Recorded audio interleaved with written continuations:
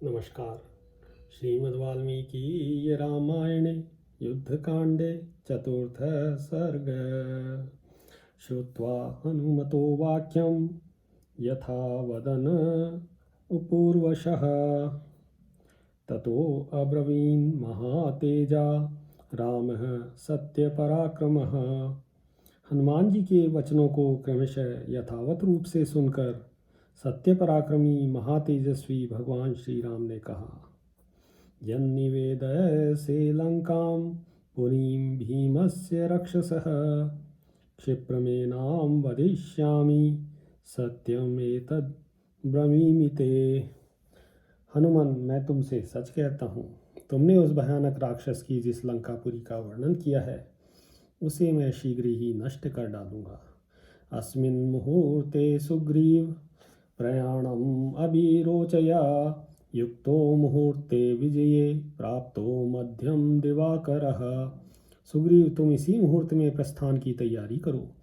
सूर्यदेव दिन के मध्य भाग में जा पहुँचे हैं, इसलिए इस विजय नामक मुहूर्त में हमारी यात्रा उपयुक्त होगी। सीतां हत्वा तु यातु क्वासो यास्यति जीवितः सीता श्रुत्वाभियानं मे आशामेष्यति जीविते जीवितान्ते अमृतं स्पृष्ट्वा पीत्वामृतम् इवातुरः। रावण सीता को हर कर ले जाए, किंतु वह जीवित बचकर कहाँ जाएगा। सिद्ध आदि के मुंह से लंका पर मेरी चढ़ाई का समाचार सुनकर सीता को अपने जीवन की आशा बन जाएगी। ठीक उसी तरह जैसे जीवन का अंत उपस्थित होने पर यदि रोगी अमृत का स्पर्श कर ले अथवा अमृतोपम द्रवभूत औषधि को पी ले तो उसे जीने की आशा हो जाती है। उत्तरा फाल्गुनी याध्य श्वस्तु हस्तेन योक्षते अभिप्रयाम सुग्रीव सर्वानीक समावृता। आज उत्तरा फाल्गुनी नामक नक्षत्र है। कल चंद्रमा का हस्त नक्षत्र से योग होगा, इसलिए सुग्रीव, हम लोग आज ही सारी सेनाओं के साथ यात्रा कर दें। निमित्तानि च पश्यामि यानि प्रादुर्भवन्ति वै निहत्य रावणं सीताम् आनयिष्यामि जानकीम्। इस समय जो शकुन प्रकट हो रहे हैं और जिन्हें मैं देख रहा हूँ उनसे यह विश्वास होता है कि मैं अवश्य ही रावण का वध करके जनक नंदिनी सीता जी को ले आऊँगा। उपरिष्टाद्धि नयनं स्फुरं माणम् इमं मम विजयं समनुप्राप्तं शंसति मनोरथम। इसके सिवा मेरी दाहिनी आँख का ऊपर भाग फड़क रहा है, वह भी मानो मेरी विजय प्राप्ति और मनोरथ सिद्धि को सूचित कर रहा है।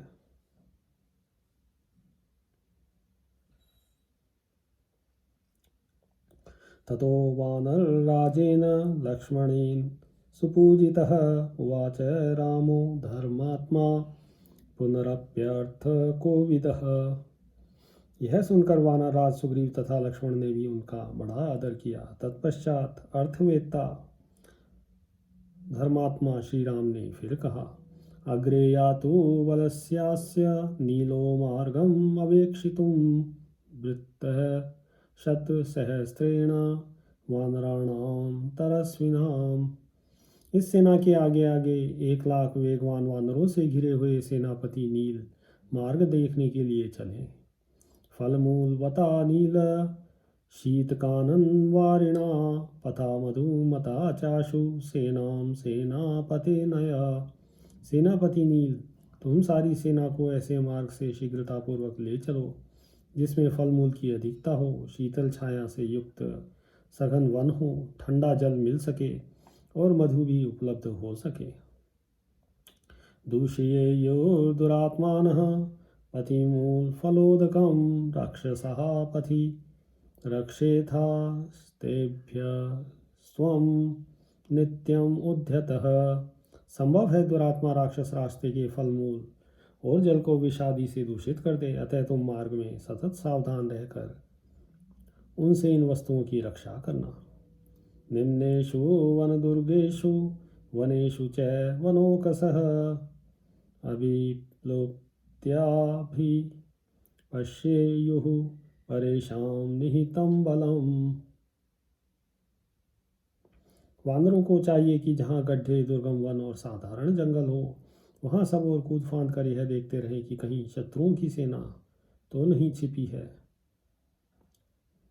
यत्तु फल्गु बलं किंचित तदत्रैवोपपद्यताम् एतद्धि कृत्यं घोरं नो विक्रमेण प्रयुज्यताम्।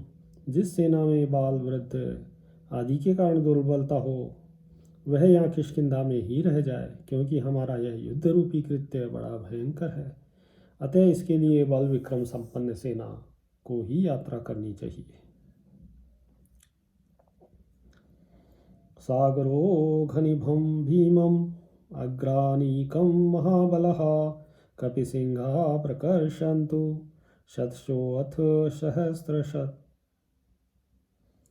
सैकड़ों और हजारों महाबली कपि केसरी वीर महासागर की जलराशि के समान भयंकर एवं अपार वानर सेना के अग्रभाग को अपने साथ आगे लेकर बढ़ाए चले। गजश्च गिरिसंकाशो गवयश्च महाबलः गवाक्षश्चाग्रतो यातु गवां दृप्त इवर्षभः। पर्वत के समान विशालकाय गज, महाबली गवय तथा मत वाले सांड की भांति पराक्रमी गवाक्ष सेना के आगे आगे चले। यातु वानर वाहिन्या वानरः प्लवतां पतिः पालयन् दक्षिणं पार्श्वं ऋषभो वानरर्षभः। उछल कूद कर चलने वाले कपियों के पालक वानर शिरोमणि ऋषभ इस वानर सेना के दाहिनी भाग की रक्षा करते हुए चले। गंधहस्ती दूरधर्ष तरस्वी गंधमादनः यातु वानरवाहिन्यः सव्यं पार्श्वम् अधिष्ठितः। गंधहस्ती के समान दुर्जय और वेगशाली वानर गंधमादन इस वानर वाहिनी के वाम भाग में रहकर इसकी रक्षा करते हुए आगे बढ़े। यास्यामि बलमध्येऽहं बलोधम अभिहर्षयन् अधिरूह्याः हनुमंतं ऐरावतम इवेश्वरः। जैसे देवराज इंद्र ऐरावत हाथी पर आरूढ़ होते हैं, उसी प्रकार मैं हनुमान के कंधे पर चढ़कर सेना के बीच में रहकर सारी सेना का हर्ष बढ़ाता हुआ चलूँगा। अंगदेन ऐष संज्ञातु लक्ष्मणश्चान्तकोपमः सार्वभौमेन भूतेषु द्रविणाधिपतिर्यथा। जैसे धनाध्यक्ष कुबेर सार्वभौम नामक दिग्गज की पीठ पर बैठकर यात्रा करते हैं, उसी प्रकार काल के समान पराक्रमी लक्ष्मण अंगद पर आरूढ़ होकर यात्रा करें। जामवांश्च सुषेणश्च वेगदर्शी च वानरः ऋक्षराजो महाबाहु कुक्षिं रक्षन्तु ते त्रयः। महाबाहु ऋक्षराज, जामवान, सुषेण और वानर वेगदर्शी, ये तीनों वानर सेना के पृष्ठभाग की रक्षा करें।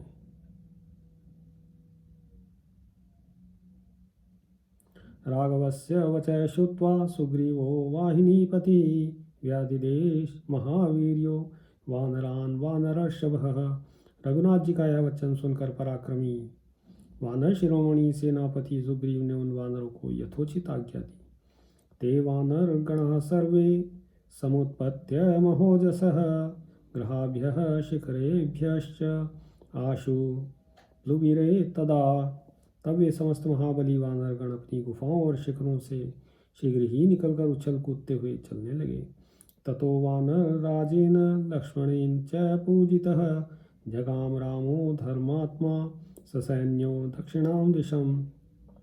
तत्पश्चात वानर राज सुग्रीव और लक्ष्मण के सादर अनुरोध करने पर सेना सहित भगवान श्री रामचंद्र जी दक्षिण दिशा की ओर प्रस्थित हुए। शतः शत सहस्रश्च कोटिभिश्चायुतरपि वानराभयश्च हरिभिर्ययो परिव्रतस्तदा। उस समय सैकड़ों, हजारों, लाखों और करोड़ों वानरों से जो हाथी के समान विशालकाय थे घिरे हुए श्री रघुनाथ जी आगे बढ़ने लगे। तम यान्तम अनुयान्ति सा महती हरिवाहिनी हृष्टः प्रमुदितः सर्वे सुग्रीवेणापि पालितः। यात्रा करते हुए श्री राम के पीछे वह विशाल वानर वाहिनी चलने लगी। उस सेना के सभी वीर सुग्रीव से पालित होने के कारण हृष्ट-पुष्ट एवं प्रसन्न थे। आप्लवन्तः प्लवन्तश्च गर्जन्तश्च प्लवंगमः श्वेलन्तो निनदन्तश्च जगमुर्वः दक्षिणाम दिशम। उनमें से कुछ वानर उस सेना की रक्षा के लिए उछलते कूदते हुए चारों ओर चक्कर लगाते थे। कुछ मार्ग शोधन के लिए कूदते फांदते आगे बढ़ जाते थे। कुछ वानर मेघों के समान गरजते, कुछ सिंहों के समान दहाड़ते, कुछ किलकारियां भरते हुए दक्षिण दिशा की ओर अग्रसर हो रहे थे। भक्षयन्तः सुगंधीनि मधुनी च फलानि च अद्वहन्तो महावृक्षान् मंजरी पुंजधारिणः। वे सुगंधित मधु पीते, मीठे फल खाते हुए मंजरी पुंज धारण करने वाले विशाल वृक्षों को उखाड़ कर कंधों पर लिए चल रहे थे। अन्योन्यम सहसा दृप्ता निर्वहन्ति क्षिपन्ति च पतन्त्यन्ये पातन्यन्त्य परे परान। कुछ मतवाले वानर विनोद के लिए एक दूसरे को ढो रहे थे। कोई अपने ऊपर चढ़े हुए वानर को झटक कर दूर फेंक देते थे, कोई चलते फिरते ऊपर को उछल रहे थे और दूसरे वानर दूसरों को ऊपर से धक्के देकर नीचे गिरा देते थे। रावणो नो निहन्तव्यः सर्वे च रजनीचरः इति गर्जन्ति हरियो राघवस्य समीपतः। श्री रघुनाथ जी के समीप चलते हुए वानर यह कहते हुए गर्जना करते थे कि हमें रावण को मार डालना चाहिए, समस्त निशाचरों का भी संहार कर देना चाहिए। पुरस्तादृषभो नीलो वीर कुमुद एव च पंथानं शोधयन्ति स्म वानरवे बहुभिः सह। सबसे आगे ऋषभ, नील और वीर कुमुद ये तीनों बहुसंख्यक वानरों के साथ रास्ता ठीक करते जाते थे। मध्ये तु राजा सुग्रीवो रामो लक्ष्मण एव च बलिभिर्बहुभिर्भीमैर्व्यक्तः शत्रुनिबर्हणः। सेना के मध्य भाग में राजा सुग्रीव, श्री राम भगवान और लक्ष्मण जी ये तीनों शत्रुसूदन वीर अनेक बलशाली एवं भयंकर वानरों से घिरे हुए चल रहे थे। हरि शत बलिर्वीरः कोटिभिर्दशभिव्रतः सर्वामेको यावष्टभ्य ररक्ष हरिवाहिनी। शतबली नामक का एक वीर वानर 10 करोड़ वानरों के साथ अकेला ही सारी सेना को अपने नियंत्रण में रखकर उसकी रक्षा करता था। कोटो शत परिवार केसरी पनसो गजः अर्कश्च बहुभिः पार्श्वमेकं तस्याभिरक्षति। 100 करोड़ वानरों से घिरे हुए केसरी और पनस ये सेना के एक दक्षिण भाग की तथा बहुत से वानर सैनिकों के साथ लिए गज और अर्क ये उस वानर सेना के दूसरे यानी वाम भाग की रक्षा करते थे। सुषेणो जाम्बवांश्चैव ऋषैर्बहुभिरावृतो सुग्रीवं पुरतः कृत्वा जघनं संरक्षतुः। बहुसंख्यक भालों से गिरे हुए सुषेण और जाम्बवान ये दोनों सुग्रीव को आगे करके सेना के पिछले भाग की रक्षा कर रहे थे। तेषां सेनापतिर्वीरो नीलो वानरपुंगवः संपतन् प्लवतां श्रेष्ठ तद्बलं पर्यवारयत्। उन सबके सेनापति कपिश्रेष्ठ वानर शिरोमणि वीरवर नील उस सेना की सब ओर से रक्षा एवं नियंत्रण कर रहे थे। दरीमुखः पजंघश्च जम्बोऽथ रभसः कपिः सर्वतश्च ययुर्वीरा त्वरयन्तः प्लवंगमान। दरीमुख, प्रजंग, जंब और राक्षस ये वीर सब ओर से वानरों को शीघ्र आगे बढ़ने की प्रेरणा देते हुए चल रहे थे। एवं ते हरिशार्दूला गच्छन्ति बलदर्पितः अपश्यन्त गिरिश्रेष्ठं सह्यं गिरिशतायुतं इस प्रकार वे बलोन्मत्त कपि केसरी वीर बराबर आगे बढ़ते चले गए। चलते चलते उन्होंने पर्वत श्रेष्ठ सहगिरी को देखा, जिसके आसपास और भी सैकड़ों पर्वत थे।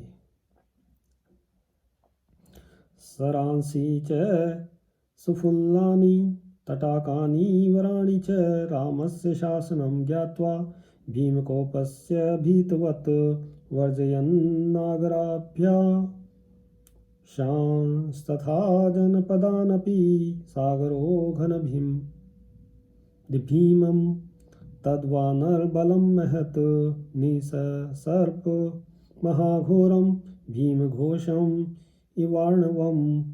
रास्ते में उन्हें बहुत से सुंदर सरोवर और तालाब दिखाई दिए, जिनमें मनोहर कमल खिले हुए थे।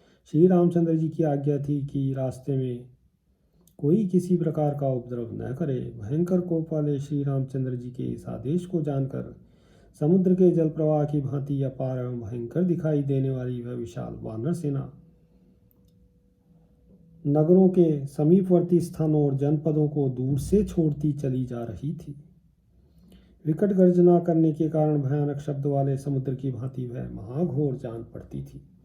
तस्य दाशरथे पार्श्वे शूरास्ते कपिकुञ्जरः तूर्णम् आपो प्लुवुः सर्वे सदश्वा इव चोदितः। वे सभी शूरवीर कपिकुंजर हाके गए अच्छे घोड़ों की भांति उछल कूद कर तुरंत ही दशरथ नंदन श्री राम के पास पहुंच जाते थे।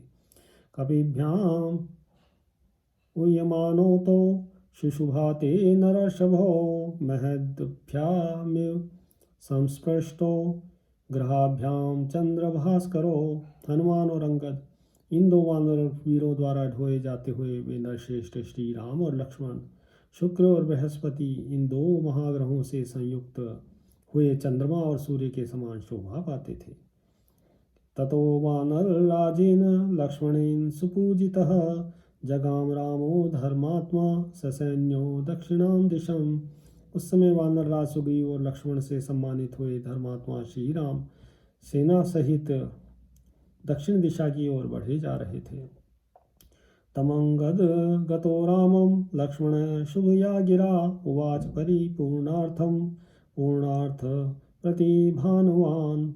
लक्ष्मण जी अंगद के कंधे पर बैठे हुए थे। वे शकुनों के द्वारा कार्य सिद्धि की बात अच्छी तरह जान लेते थे। उन्होंने पूर्ण काम भगवान श्री राम से मंगलमयी वाणी में कहा, हतां वाप्य वैदेहीं क्षिप्रं हत्वा च रावणं समृद्धार्थम अयोध्यां प्रति यास्यसि महान्ति च निमित्तानि दिवि भूमौ च राघव शुभानि तव पश्यामि सर्वाण्येवार्थ सिद्धये। रघुनंदन, मुझे पृथ्वी और आकाश में बहुत अच्छे शुभ दिखाई देते हैं। ये सब आपके मनोरथ की सिद्धि को सूचित करते हैं। इनसे निश्चय होता है कि आप शीघ्र ही रावण को मारकर सीता जी को प्राप्त करेंगे और सफल मनोरथ होकर समृद्धशालिनी अयोध्या की ओर पधारेंगे। अनुवाति शिवो वायु सेना मुदुहित सुख पूर्णवल्गो स्वराश्चे में प्रवदन्ति मृगद्विजः प्रसन्नाश्च दिशः सर्वा विमलश्च दिवाकरः उष्णा च प्रसन्नार्चि रनु त्वां भार्गतो गतः ब्रह्मराशि विशुद्धश्च शुद्धाश्च परमर्षयः अर्चेष्मन्तः प्रकाशन्ते ध्रुवं सर्वे प्रदक्षिणम्। देखिए, सेना के पीछे शीतल मंद हितकर और सुखमय समीर चल रहा है। ये पशु और पक्षी पूर्ण मधुर स्वर में अपनी अपनी बोली बोल रहे हैं। सब दिशाएं प्रसन्न हैं। सूर्यदेव निर्मल दिखाई देते हैं। भृगुनंदन शुक्र भी अपनी उज्ज्वल प्रभा से प्रकाशित हो आपके पीछे की दिशा में प्रकाशित हो रहे हैं। जहाँ सप्त ऋषियों का समुदाय शोभा पाता है, वह ध्रुव तारा भी निर्मल दिखाई देता है। शुद्ध और प्रकाशमान समस्त सप्त ऋषि गण ध्रुव को अपने दाहिने रखकर उसकी परिक्रमा करते हैं। त्रिशंकुर्विमलो भाति राजर्षि सपुरोहितः पितामह पुरो अस्माकं इक्ष्वाकूणां महात्मनां। हमारे साथ ही महामना इक्ष्वाकु वंशियों के पितामह राजर्षि त्रिशंकु अपने पुरोहित वशिष्ठ जी के साथ हम लोगों के सामने ही निर्मल कांति से प्रकाशित हो रहे हैं। विमले च प्रकाशेते विशाखे निरुपद्रवे नक्षत्रं परम अस्माकं इक्ष्वाकूणां महात्मनाम्।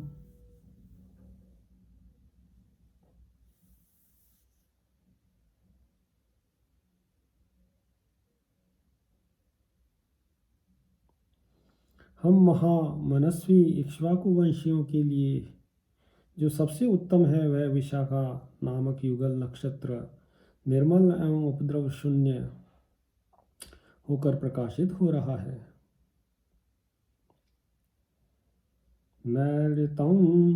नैऋतानां च नक्षत्रम् अतिपीड्यते मूलो मूलवता स्पृष्टो धूप्यते धूमकेतुना। राक्षसों का नक्षत्र मूल जिसके देवता निरति हैं अत्यंत पीड़ित हो रहा है। उस मूल के नियामक धूमकेतु से आक्रांत होकर वह संताप का भागी हो रहा है। सर्वं च तद्विनाशाय राक्षसानाम् उपस्थितं काले कालगृहीतानां नक्षत्रं ग्रहपीडितम्। यह सब कुछ राक्षसों के विनाश के लिए ही उपस्थित हुआ है, क्योंकि जो लोग कालपाश में बंधे होते हैं उन्हीं का नक्षत्र समयानुसार ग्रहों से पीड़ित होता है। प्रसन्नः सुरसाश्चापो वनानि फलवन्ति च प्रवान्ति नादिका गंधा यथार्थो कुसुमाद्रुमः। जल स्वच्छ और उत्तम रस से पूर्ण दिखाई देता है। जंगलों में पर्याप्त फल उपलब्ध होते हैं। सुगंधित वायु अधिक तीव्र गति से नहीं बह रही है और वृक्षों में ऋतुओं के अनुसार फूल लगे हुए हैं। व्यूढ़ानि कपिसैन्यानि प्रकाशन्ते अधिकं प्रभो देवानामिव सैन्यानि संग्रामे तारकामये एवमार्यं समीक्ष्य तत् प्रीतो भवितुम अर्हसि। प्रभो व्यूहबद्ध वानर सेना बड़ी शोभा संपन्न जान पड़ती है। तारकामय संग्राम के अवसर पर देवताओं की सेनाएं जिस तरह उत्साह से संपन्न थी उसी प्रकार आज ये वानर सेनाएं भी हैं। आर्य ऐसे शुभ लक्षण देखकर आपको प्रसन्न होना चाहिए। इति भ्रातरम् आश्वास्य षष्ठः सौमित्रेर्ब्रवीत् अथावृत्य महीं कृष्णां जगाम हरिवाहिनी। वे भाई श्री राम को आश्वासन देते हुए हर्ष से भरे सुमित्रा कुमार लक्ष्मण जब इस प्रकार कह रहे थे उस समय वानरों की सेना वहां की सारी भूमि को घेर कर आगे बढ़ने लगी। ऋक्षवानर शार्दूल नख दृष्टा आयुधैरपि कराग्रेश्वर शरणाग्रश्च वानरे रुद्धतं रजः। उस वानर सेना में कुछ रीछ थे, कुछ सिंह के समान पराक्रमी वानर, नख और दांत ही उनके शस्त्र थे। वे सभी वानर सैनिक हाथों और पैरों की उंगलियों से बड़े धूल उड़ा रहे थे। भीम मंतर्दधे लोकम निवार्य सविथु प्रमाम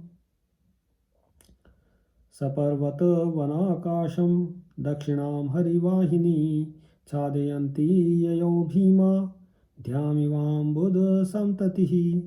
उनकी उड़ाई हुई उस भयंकर धूल ने सूर्य की प्रभा को ढककर संपूर्ण जगत को छिपा सा दिया। वह भयानक वानर सेना पर्वत वन और आकाश सहित दक्षिण दिशा को आच्छादित सी करती हुई उसी तरह आगे बढ़ रही थी जैसे मेघों की घटा आकाश को ढककर अग्रसर होती है। उत्तरन्त्याश सेनाया सततं बहुयोजनं नदी स्रोतांसि सर्वाणि सस्यन्दुर्विपरीतवत्। वह वानर सेना जब किसी नदी को पार करती थी उस समय लगातार कई योजन तक उसकी समस्त धाराएं उल्टी बहने लगती थी। सरांसि विमलां भांसि द्रुमाकीर्णांश्च पर्वतान् समान भूमि प्रदेशांश्च वनानि फलवन्ति च मध्येन च समन्ताश्च तिर्यक्चाध्यश्च साविशत् समावृत्य महीं कृष्णां जगाम महती चमुः। वह विशाल सेना, निर्मल जल वाले सरोवर, वृक्षों से ढके हुए पर्वत, भूमि के समतल प्रदेश और फलों से भरे हुए वन, इन सभी स्थानों के मध्य में इधर उधर तथा ऊपर नीचे सब ओर की सारी भूमि को घेर कर चल रही थी। ते हृष्ट वदना सर्वे जगमुर्मारुत रमहसः हरियो राघवस्यार्थे समरोपित विक्रमः। सेना के सभी वानर प्रसन्न मुख तथा वायु के समान वेग वाले थे। रघुनाथ जी की कार्य सिद्धि के लिए उसका पराक्रम उबला पड़ा था। हर्षम वीर्यम बलोद्रेकान् दर्शयन्त परस्परं यौवनोत्सेकजादर्पाद् विविधांश्च कुरध्वनि। वे जवानी के जोश और अभिमान जनित दर्प के कारण रास्ते में एक दूसरे को उत्साह, पराक्रम और नाना प्रकार के बल संबंधी उत्कर्ष दिखा रहे थे। तत्र केचित् द्रुतं जग्मु रुत्पेतुश्च तथा परे केचित् किलकिलां चक्रु वारणा वनगोचरः प्रास्फोटयंश्च पुच्छानि समनिजग्धुं पदान्यपि। उनमें से कोई तो बड़ी तेजी से भूतल पर चलते थे, कोई उछलकर आकाश में उड़ जाते थे। कितने ही वनवासी वानर किलकारियां भरते पृथ्वी पर अपनी फूंछ फटकारते और पैर पटकते थे। भजान विक्षेप्य शैलांश्च द्रुमान्ये बभंजिरे आरोहन्तश्च शृंगाणि गिरीणां गिरिगोचरः। कितने ही अपनी बाहें फैलाकर पर्वत शिखरों तथा वृक्षों को तोड़ डालते थे तथा पर्वतों पर विचर करने वाले बहुत तेरे वानर पहाड़ों की चोटियों पर चढ़ जाते थे। महानादान प्रमुंचन्ति क्ष्वेडान मन्ये प्रचक्रिरे उरुवेगेश्च मम्रदुलता जालान्यनेकशः। कोई बड़े जोर से गरजते और कोई सिंहनाद करते थे। कितने ही अपनी जांघों के वेग से अनेकानेक लता समूहों को मसल डालते थे।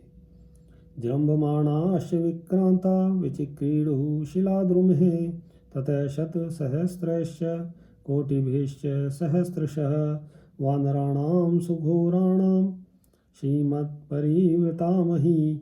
ये सभी वानर बड़े पराक्रमी थे। अंगड़ाई लेते हुए पत्थर की चट्टानों और बड़े बड़े वृक्षों से खेल करते थे। उन सहस्त्रों लाखों और करोड़ों वानरों से घिरी हुई सारी पृथ्वी बड़ी शोभा पाती थी। सास्म याति दिवारांत्रम महति हरिवाहिनी पृष्ठमुदिताः सर्वे सुग्रीवेणा विपालिताः वानरास्त्वरिता यान्ति सर्वे युद्धाभिनन्दिनः प्रमोक्षेशवः सीतां मुहूर्तं क्वापि नावसन्। इस प्रकार वह विशाल वानर सेना दिन रात चलती रही। सुग्रीव से सुरक्षित सभी वानर हृष्ट पुष्ट और संपन्न थे। सभी बड़ी उतावली के साथ चल रहे थे। सभी युद्ध का अभिनंदन करने वाले थे और सभी सीता जी को रावण की कैद से छुड़ाना चाहते थे। इसलिए उन्होंने रास्ते में कहीं दो घड़ी भी विश्राम नहीं लिया। ततः पादप संबाधम नानावन समायुतम सौरपर्वत आसाध्य वानरास्ते समारोहन।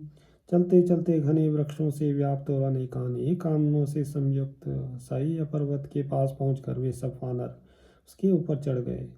कानकानि विचित्राणि नदी प्रश्न वनानि च पश्यन्नपि वययो रामः सयस्य मलयस्य च। श्री रामचंद्र जी की सय और मलय के विचित्र काननों, नदियों तथा झरनों की शोभा देखते हुए यात्रा कर रहे थे। चंपकांस्त्यकांशुतान शोकान सिंधु वारकान तिनिशान कर वीरांश्च भुंजन्ति स्म लवंगमः। वे वानर मार्ग में मिले हुए चंपा, तिलक, आम, अशोक, सिंधुवार, तिनिश और करवीर आदि के वृक्षों को तोड़ देते थे। अंकुलांश्च करंजांश्च लक्षण्य ग्रोधपादपान जम्बूकामलकान्नीपान भंजन्ति स्म प्लवंगमः।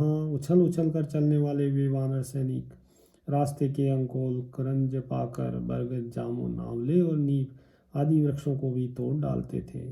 वस्त्रेषु च रम्येषु विविधा काननद्रुमः वायुवेग प्रचलितः पुष्पैर्वकीरन्ति तान्। रमणीय पर्वत पत्थरों पर उगे हुए नाना प्रकार के जंगली वृक्ष वायु के झोंके से झूम झूम कर उन वानरों पर फूलों की वर्षा करते थे। मारुतः सुख संस्पर्शो वाति चंदन शीतलः षट्पदैर्नुकूजद्भिर्वनेषु मधुगंधिषु। मधु से सुगंधित वनों में गुनगुनाते हुए भौरों के साथ चंदन के समान शीतल मंद सुगंध वायु चल रही थी। अधिकम शैलराजस्तु धातुभिस्तु विभूषितः धातुभ्यः प्रसृतो रेणु वायुवेगेन घट्टितः समुद्वानरानीकं छादयामास पर्वतः। वह पर्वतराज गैरिक आदि धातुओं से विभूषित हो बड़ी शोभा पा रहा था। उन धातुओं से फैली हुई धूल वायु के वेग से उड़कर उस विशाल वानर सेना को सब ओर से आच्छादित कर देती थी। गिरिप्रस्थेषु रम्येषु सर्वतः संप्रपुष्पितः केतक्यं सिन्धुवाराश्च वासन्त्यश्च मनोरमः माधव्यो गन्धपूर्णाश्च कुन्दगुल्माश्च पुष्पितः। रमणीय पर्वत शिखरों पर सब ओर से खिली हुई केतकी, सिंधुवार और वासंती लताएं बड़ी मनोरम जान पड़ती थी। प्रफुल्ल माधवी लताएं सुगंध से भरी थी और कुंद की झाड़ियां भी फूलों से लदी हुई थीं। चिरीबिल्वा मधुकाश्च वंजुला बकुलास्तथा रंजकास्तिलकाश्चैव नागवृक्षाश्च पुष्पितः। चिरीबिल्व, मधुक, वंजुल, बकुल, रंजक, तिलक और नाग केसर वृक्ष भी वहाँ खिले हुए थे। उतः पाटलिकाश्चैव कोविदाराश्च पुष्पितः मचुलिन्दार्जुनाश्चैव शिंशपः कुटजास्तथा हिन्तालास्ते निशाश्चैव चूर्णकानीपकास्तथा नीलाशोकाश्च सरला अंकोलः पद्मकास्तथा। आम, पाडर और कोबीदार भी फूलों से लदे थे। मचुलिंद, अर्जुन, शिंशपा, कूटज, हिंताल, तिनिश, चूर्णक, कदम्ब, नीलाशोक, सरल, अंकोल और पद्मक भी सुंदर फूलों से सुशोभित थे।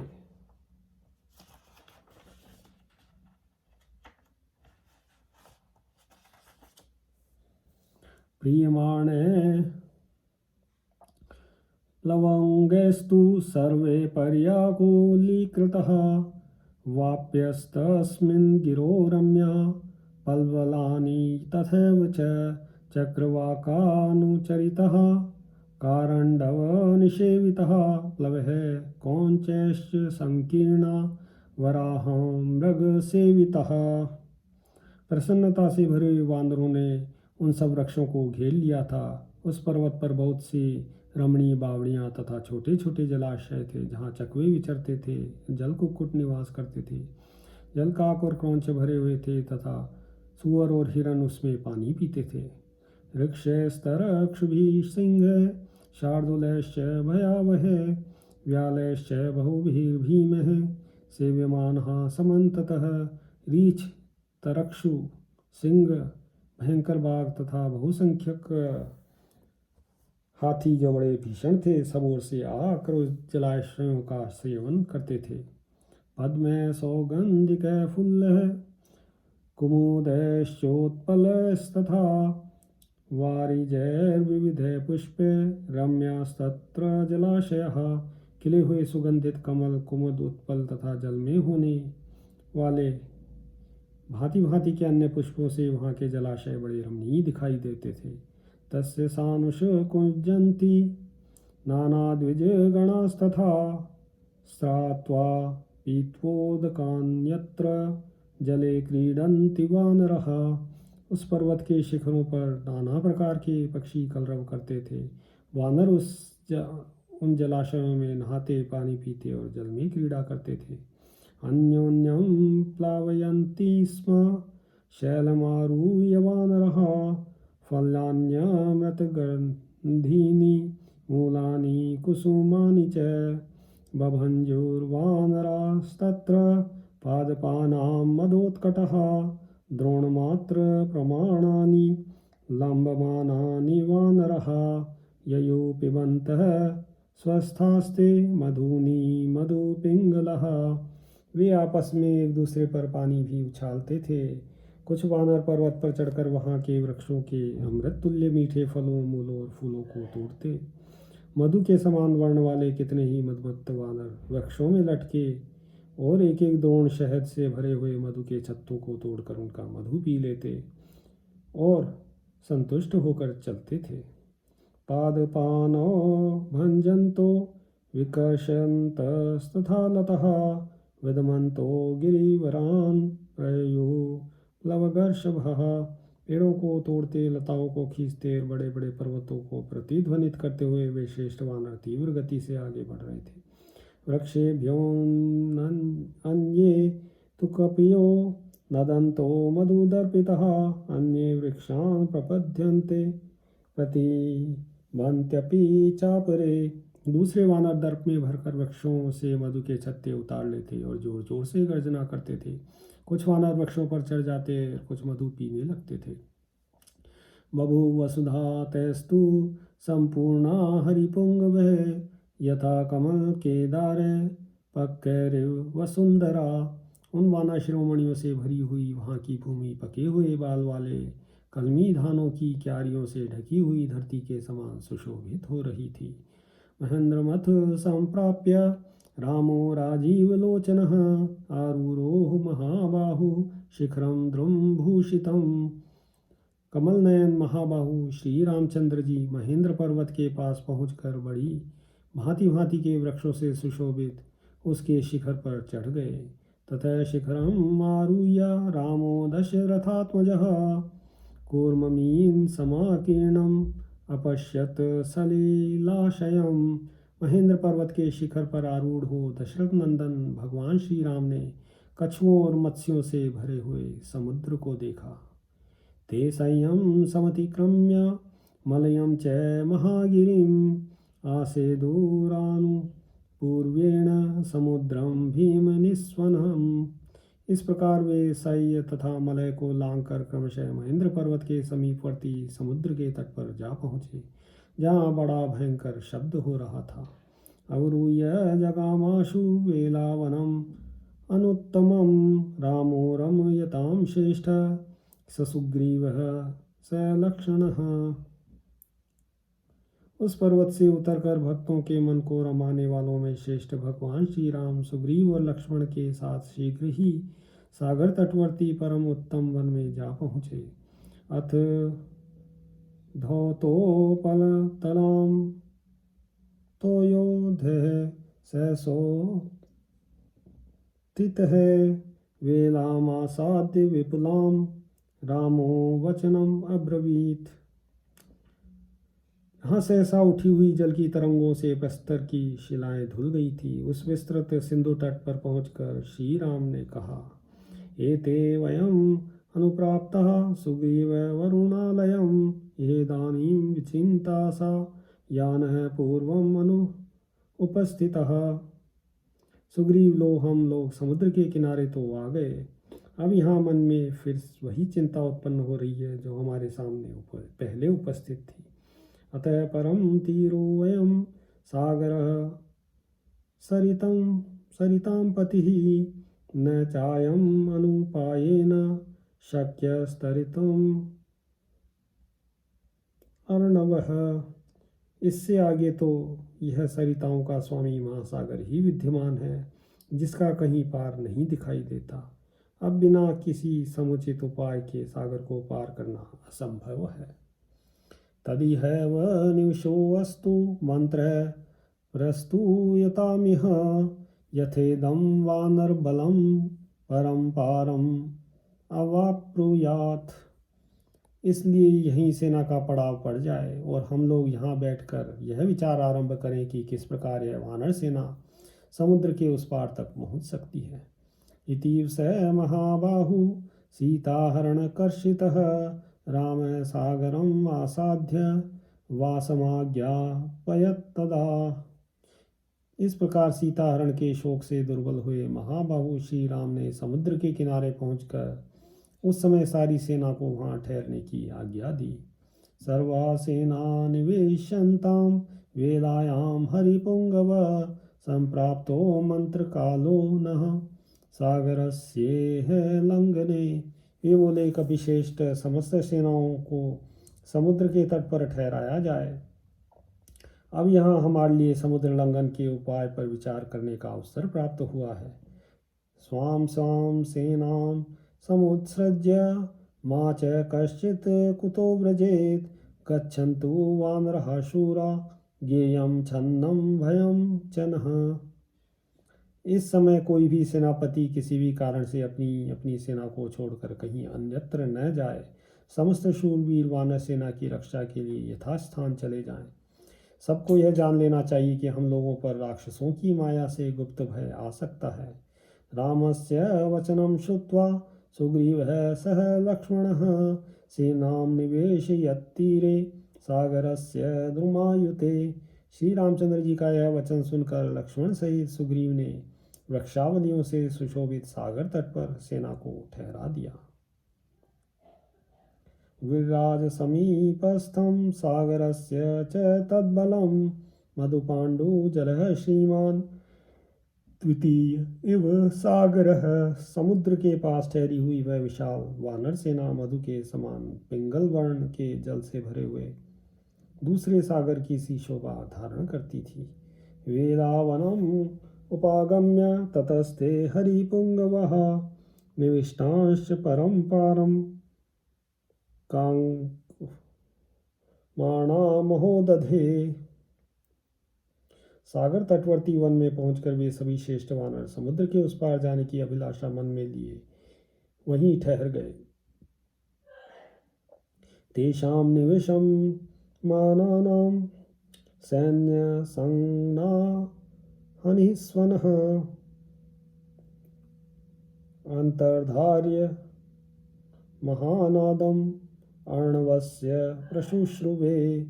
वहाँ डेरा डालते हुए उन श्री राम आदि की सेनाओं के संचरण से जो महान कोलाहल हुआ वह महासागर की गंभीर गर्जना को भी दबाकर सुनाई देने लगा।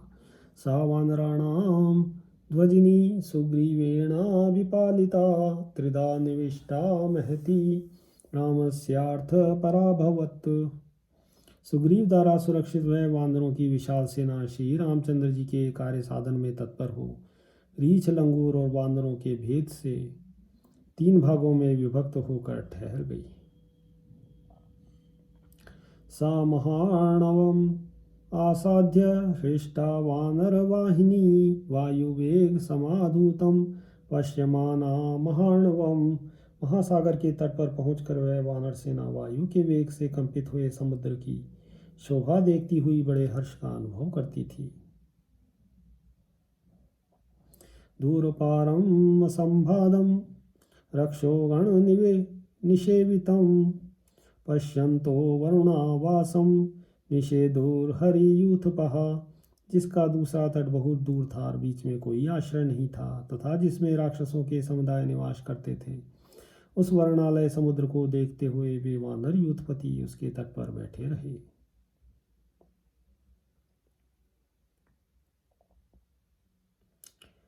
चंडनक्रघोरम क्षपादो दिवसक्षये हसन्तं इव फेनोद्घे नृत्यन्तं इव चोर्मिभिः चंद्रोदये समुद्भूतं प्रतिचन्द्रसमाकुलं चण्डानिलं महाग्राहे कीर्णं तिमितिं मिंगलेह। क्रोध में भरे हुए नाकों के कारण समुद्र बड़ा भयंकर दिखाई देता था। दिन के अंत और रात के आरंभ में प्रदोष के समय चंद्रोदय होने पर उसमें ज्वार आ गया था। उस समय वह फेन समूहों के कारण हंसता और उताल तरंगों के कारण नाचता सा प्रतीत होता था। चंद्रमा के प्रतिबिंबों से भरा सा जान पड़ता था। प्रचंड वायु के समान वेगशाली बड़े बड़े ग्राहों से और तिमी नामक मत्स्यों को भी निगल जाने वाले महाभयंकर जल जंतुओं से व्याप्त दिखाई देता था। दीप्तिभोगैरिवाकीर्णं भुजङ्गैर्वरुणालयम् अवगाढ़ं महासत्त्वैर्नानाशैलसमाकुलं। वह वरुणालय प्रदीप्त फणों वाले सर्पों, विशाल काय जलचरों, नाना पर्वतों से व्याप्त जान पड़ता था। सुदुर्गम दुर्गमाणं मार्गं तमगाधम असुरालयं मकरैर्नागभोगैश्च विगाढावातलोलितः उत्पेतुश्च निपेतुश्च प्रहृष्टा जलराशयः। राक्षसों का निवासभूत वह अगाध महासागर अत्यंत दुर्गम था। उसे पार करने का कोई मार्ग या साधन दुर्लभ था। उसमें वायु की प्रेरणा से उठी हुई चंचल तरंगे, जो मगरों और विशाल काय सर्पों से व्याप्त थी, बड़े उल्लास के साथ ऊपर की ओर उठती और नीचे को उतर आती थी। अग्निचूर्णामवाद्भिद्यं भास्वराम्बुमहोगरं महोरगं सुरारीनिलयं घोरं पातालविषयं सदा सागरं चाम्बरप्रख्यम् अम्बरं सागरोपमं सागरं चाम्बरं चेति निर्विशेषम् अदृश्यत। समुद्र के जलकण बड़े चमकीले दिखाई देते थे। उन्हें देखकर ऐसे जान पड़ता था मानो सागर में आग की चिंगारियां बिखेर दी गई हों। समुद्र में बड़े बड़े सर्प थे। समुद्र देवद्रोही दैत्यों और राक्षसों का आवास स्थान था। दोनों ही देखने में भयंकर और पाताल के समान गंभीर थे।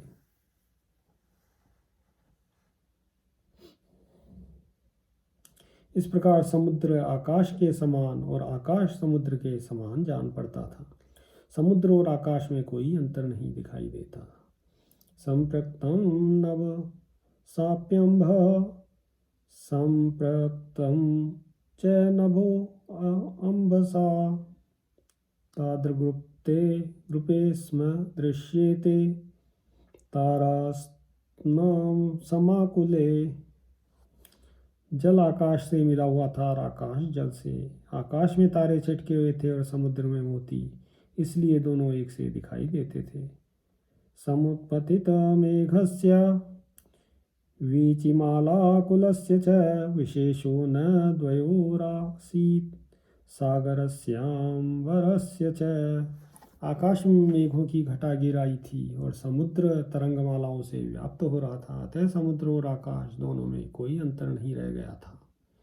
अन्योन्ये रहतासक्ता सस्वनुर्भीम निस्वनः उर्मयः सिंधुराजस्य महाभैर्य इवांबरे।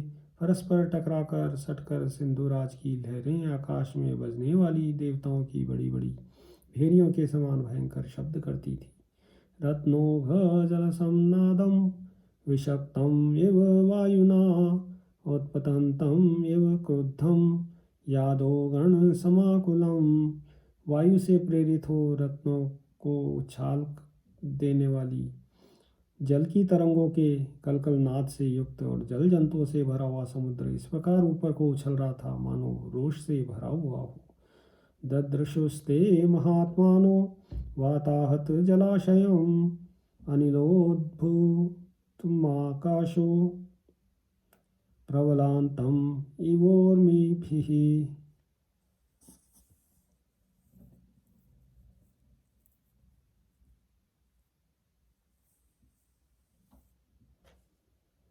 उन महामनस्वी वानर वीरों ने देखा समुद्र वायु के थपेड़े खाकर पवन की प्रेरणा से आकाश में ऊंचे उठकर उत्ताल तरंगों के द्वारा नृत्य सा कर रहा था। ततो विस्मयमापन्ना हर्यो ददृशुः स्थितः भ्रान्तोर्मी जालसंनादं प्रलोलम् इव सागरम। तदनंतर वहां खड़े हुए वानरों ने यह भी देखा कि चक्कर काटते हुए तरंग समूहों के कलकलनाद से युक्त महासागर अत्यंत चंचल सा हो गया है। यह देखकर उन्हें बड़ा आश्चर्य हुआ। इत्यार्षे श्रीमद् रामायणे वाल्मीकिये आदिकाव्ये युद्धकाण्डे चतुर्थः सर्गः सियावर रामचन्द्र पद जय शरणम्।